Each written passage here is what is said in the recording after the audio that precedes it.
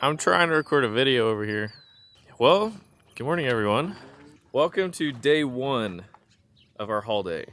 We're gonna be traveling from the panhandle of Texas all the way up to northwestern Nebraska. We're pretty much on the border of Nebraska and South Dakota. I think everyone's looking over the trucks, getting them ready to go.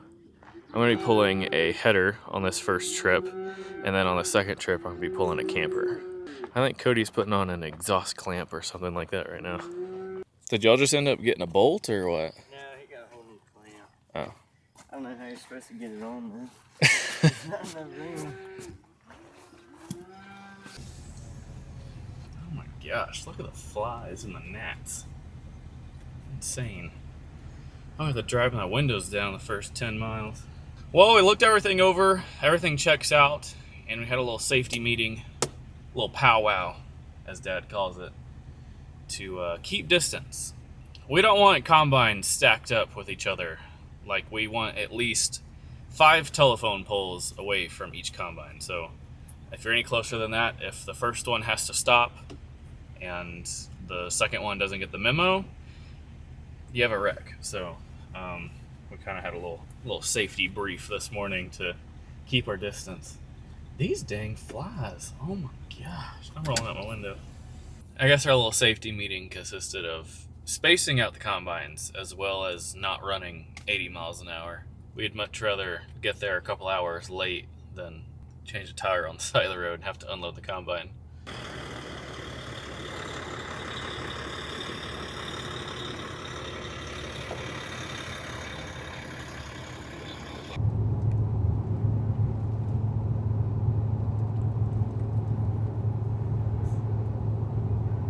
I feel like everywhere we go, everything's just so rough. I mean, there's potholes everywhere. The road's rough. The parking lots are rough.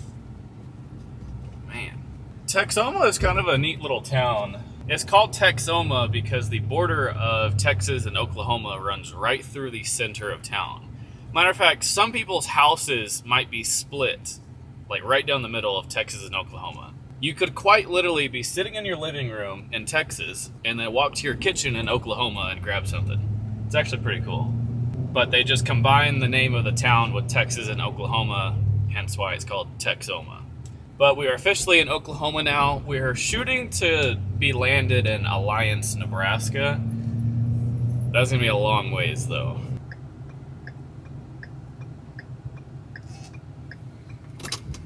We have made it to Richfield, Kansas. I need to get out and stretch my legs. I'm gonna let Dibs out to pee.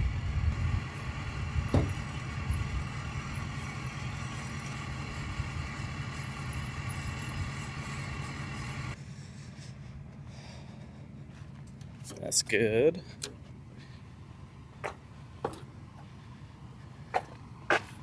Oh my gosh, that's really loose.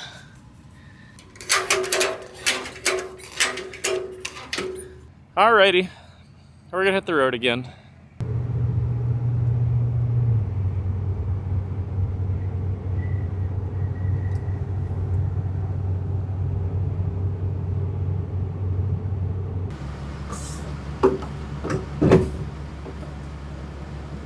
I have no idea where we are, but we're getting fuel again.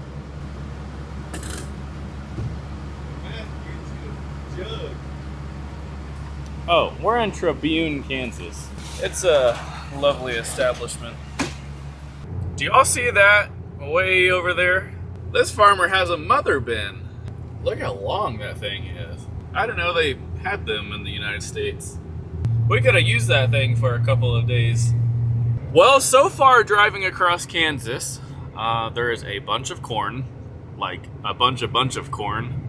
It's crazy how much the corn is set back from where we came from in the Panhandle. And the Panhandle, it was tasseling. Here, I don't know what kind of stage that is, but it's not even showing signs of tasseling yet. This is Milo to my right, and it is just starting to head out. The heads are just poking up through the leaves.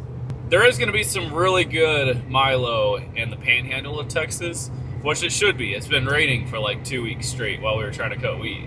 But I think like around Lubbock and stuff like that, there's going to be a lot of Milo. We're planning on coming back to the Panhandle after we finish up in Nebraska during fall. So not in Nebraska doing wheat like we're going to right now.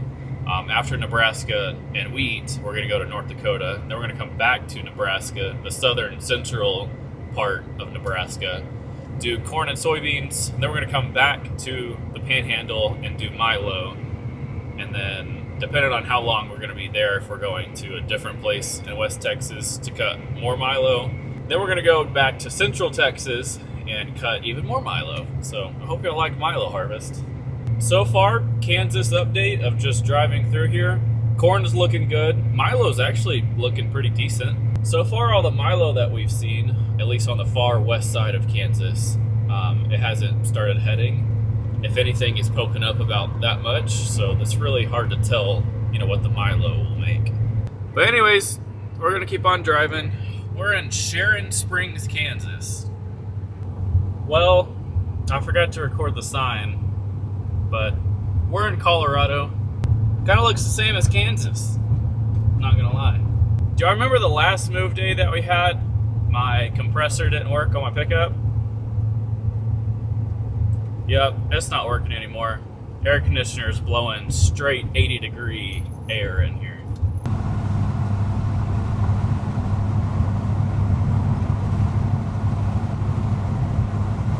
Turn on that dirt road and go in the second approach, be on the east side of the building.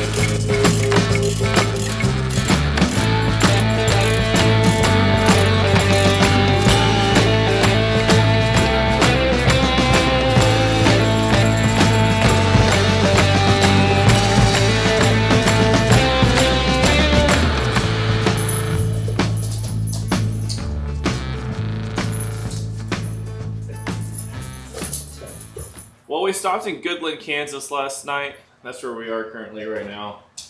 We're going to hit the road this morning, but we spotted something at the John Deere dealership that we're going to go see. There's a brand new S7 combine on the front row out there by the road. We're about to go drool over it.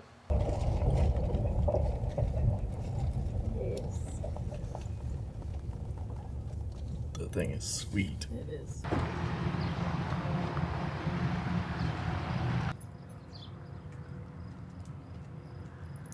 Look at them fancy predictive cameras. Everything is the same like up in here. Pretty much a 770, but fancier shields and more technology. Look at all this camera stuff that's over here. Look, there's a This is the camera that'll adjust your settings. It'll tighten your sieves and speed up your fan and stuff if the sample's dirty. One thing they left the same though. The shield. She's still hanging in.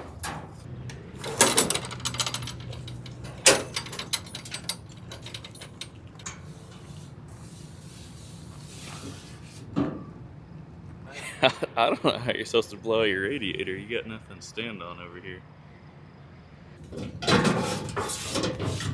I don't know if this is easier or harder. My gosh. So what do? You gotta lift up over here? 2 hands.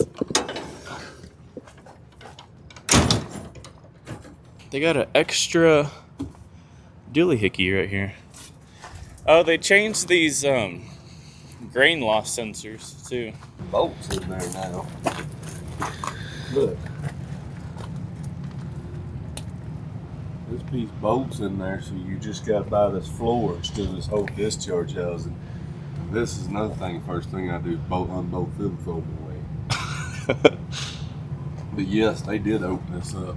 Look. Yeah. Didn't they? Yeah, I would say so. I guess the grain's supposed to That all looks exactly the same. Yeah. Just way more paint in here than ours. Yeah, this is different right here. Oh, the sensor's got 2 of them. This is honestly kind of nice right here, these rubber buttons, because whenever you're running for a good while and then you try to put your chopper down, these buttons get about 500 degrees. 800 and 900, the batteries are on this side of the combine. Look how big that unload auger chain is since this is 800. And it's got cross auger shutoffs too. That cross auger shutoff will help you from breaking your chain. They should raise these hydraulic hose lines up. That way you can get to this without having to go under here and greasing it or over the top and greasing it. Oh, they got it locked. I'm not surprised though. Ooh, is that an RTK? Pretty sure it is. That's the radio antenna. Integrated receiver, which is nice. Look at these cameras. That's pretty sweet. Oh my gosh, and they added this too. Look at that cab. Oh my gosh, I want to get in there so bad. We need a entire harvest season demo of this thing. That would be awesome. Alrighty, well, we're headed back to the Panhandle. We're gonna go load up Dad's combine and pack up campers for tomorrow.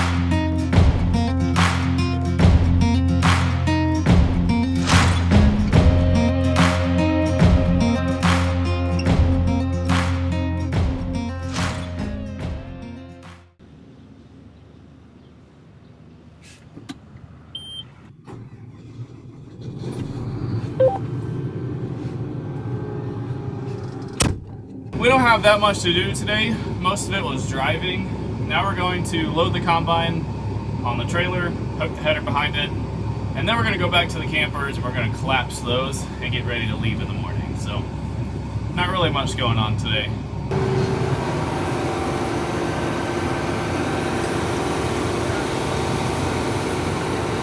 Looks pretty good to me.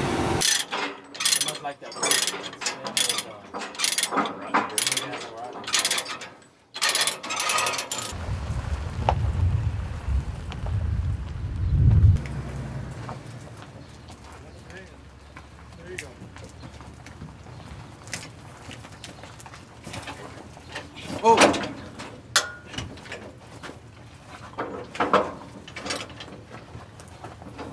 Remind me never to have you as the steering guy on the bobsled team.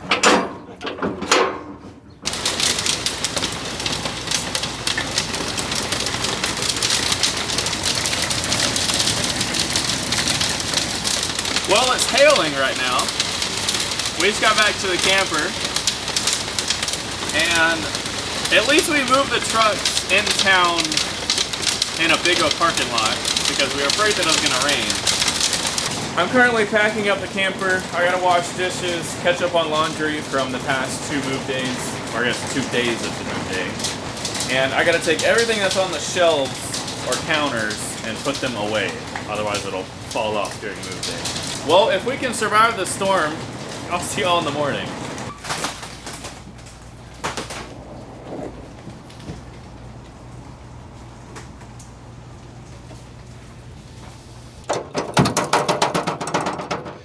I like this nice dirt flip up feature where it throws it all in here. Yep, just like that. Well, we got all the campers hooked on and ready to go. I don't think anything makes me more mad than having to hook on to a dang camper and collapse it. Oh my gosh. But anyways, we got it done. The only irritating part was the water hose. I screwed it on there with my fingers and I had to get a tool to take it off. It makes me so mad. Oh my gosh, it's like my biggest pet peeve. Anyways, we're hitting the road. Probably want to check the trailer. Well, Dad just got pulled over by a cop. He's in the front of all of us, pulling the crew trailer. I don't know what the problem is, though. I guess we're gonna find out whenever we get up here. He said the cop was behind him, he passed Dad, got in front of him, and then pulled over in the ditch, stopped, Dad went around him, then the cop went back and got back behind Dad, and then he finally pulled him over. But the cop has been going around Dad for about 5 to 10 miles now. Yep, here he is right here. That's nice. Well, we got a reasoning why Dad got pulled over, and it's honestly going to be pretty surprising. We certainly didn't know this. Evidently, you're not supposed to have amber and white lights flashing from your windshield. So Dad is in the front of Cody, so he's quote-unquote the pilot car. Not really a pilot car. You don't have to have a pilot car. But we just like to give extra, looks at us saying like, oh my gosh, an oversized load is coming, be careful. So that's why Dad has a flashing light on his pickup, and he's probably a mile or two in front of Cody. And then normally Mom and I will have an amber and white light flashing behind us that's like, all right, that's it, thank you. Well, evidently you're not supposed to have amber and white. It has to either be all amber or amber and blue, which I feel like is super confusing. If I were to saw a flashing blue light behind me, I would have thought that I was getting pulled over. So I'm really surprised that it's either all amber or amber and blue. I don't know. We've ran a year and a half with flashing amber and white lights all the way through America, all the way up, all the way down, and almost all the way up. Heck, we went all the way to Nebraska yesterday with it flashing. Never got pulled over. So I guess that's something new that we have to learn. At least Dad said that the guy was extremely nice. He wasn't, a prick about it. So that's a plus. But I guess if you want to run flashing lights in front of the combines, or I guess any oversized loads, all amber or amber and blue. Well, we're about to leave Texas for the last time for a long time, actually.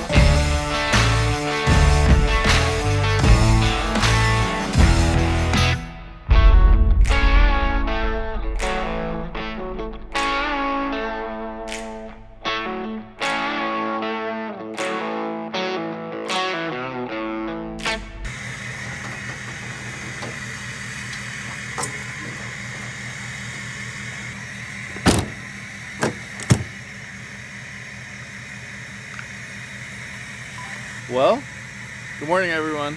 I guess I can officially say that we slept at John Deere. Somehow through the night, I actually got out on the chairs right here because it was 95 degrees in there and you almost couldn't go to sleep. I think I went outside and tried to sleep on these chairs for like 30 minutes. And then I thought someone was gonna pull up and, you know, get me. There could be boogers out here or something. It's an experience, I'll tell you that. I did load up water.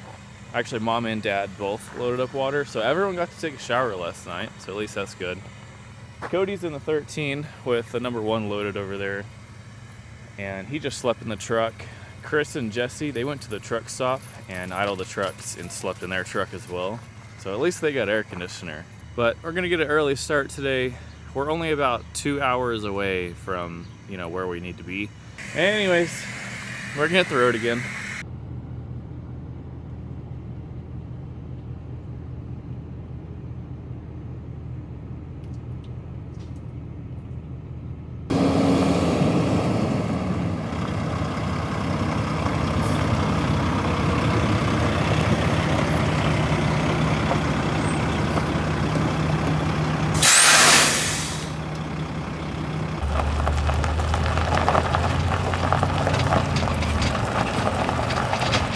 Well, everything made it safely, so that's all that matters. We've officially landed in Nebraska. I don't think we're gonna cut today. We will get everything ready to cut today, though. There's also gonna be a surprise tomorrow that y'all are gonna have to stay tuned for.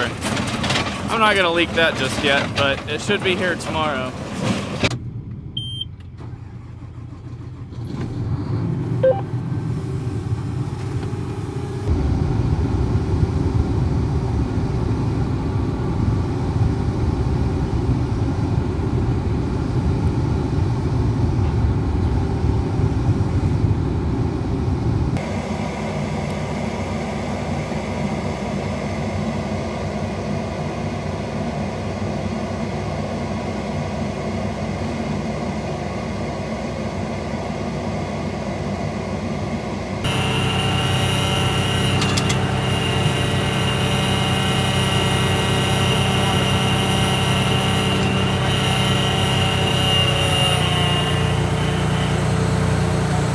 Alrighty, got all the duals put on.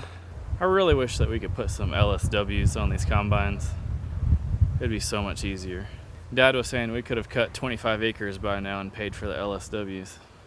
Oh well, gotta work with what you got. Well, we ended up getting everything ready to rock and roll whenever the wheat does dry down. We went and looked at some wheat. There's some fields that are pretty weedy that we might have some problems with. And then there's a lot of wheat that is still pretty green. But most of all of it is either belly button or like chest high, like it is ridiculously tall. And at some point in its life, it's also been hailed on. So there's a lot of it that's broken over, which pretty much means that we're gonna have to peel the ground to, you know, get all of it, which is kind of unfortunate because the straw is extremely green. So the wheat is fairly dry. I don't think it would go today. The straw is definitely really, really green. The next video is gonna be super exciting because there's something that may be coming possibly on a detached trailer. That is gonna be in the next video though. So y'all are gonna have to stay tuned for that. And yeah, we have like maybe a week of cutting here, given that it's supposed to start raining here tomorrow and the next day and the next day. Possibly the next day. So, you know how it goes. Anyways, guys, I do think that's going to be it for today's video. Hope you enjoyed it. Thank y'all for watching. I'll see y'all on the next one.